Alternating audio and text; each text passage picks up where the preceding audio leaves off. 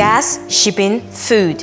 Sometimes it all starts in one place. A narrow waterway so small it's barely visible on the map between Iran and Oman. Normally, about 140 ships pass through it every single day.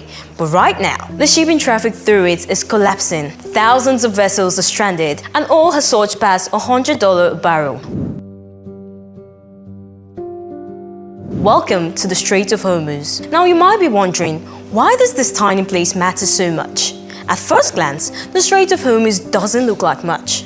It's simply a narrow passage connecting the Persian Gulf to the open sea. But economically, it's one of the most important shipping corridors on Earth.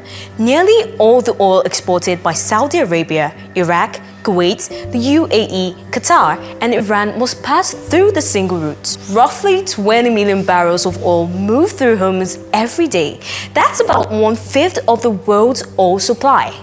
In other words, this tiny waterway acts like a main valve for global energy. As long as ships move smoothly through it, the system works. So what changed? Simple. The wall around Iran reached the water. Iran warned that ships crossing the region could be targeted, and suddenly, the routes carrying 1/5 of the world's oil looked like a place no captain wanted to sail. Shipping companies faced a simple but dangerous question. Is it still safe to pass through here? And that's when the reaction began. First, a few ships delayed their crossings. Then others turned around, while many simply stayed away.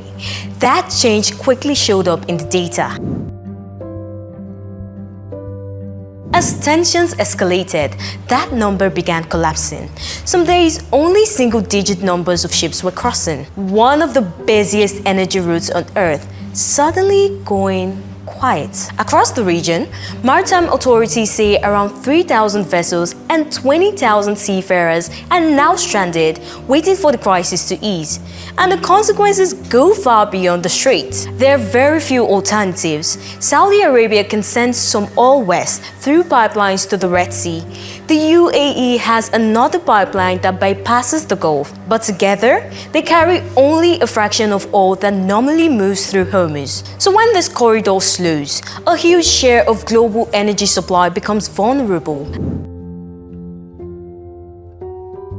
The exporters most exposed are Saudi Arabia, Iraq, Kuwait, the UAE, Qatar, and Iran. And the biggest importers affected are China, India, Japan, and South Korea. You might be thinking, that doesn't affect the US or the UK. Wrong. When energy costs rise for the factories that power global trade, everything the world buys gets more expensive.